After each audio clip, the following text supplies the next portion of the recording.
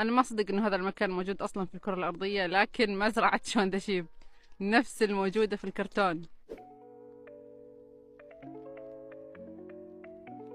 هو المكان موجود داخل حديقة، وعرفت عنه صدفة صراحة، وما حسبت اي حساب لهذا الثلج، بس يلا ثلج مو مشكلة. اوكي خلينا نشيك على الخرفان اول. شون ما طلع موجود مع شلة، هذا اللي كان يخرب عليهم كل شيء.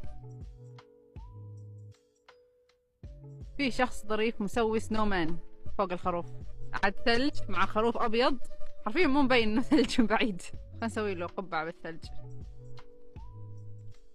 الله فنانة. خلينا نبدأ بالبيت اول حق مالك المزرعة.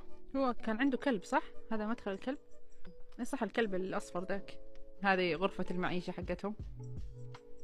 وخوينا جالس يتفرج تلفزيون هنا، احس انه فجأة حيتحرك ما ادري ليش.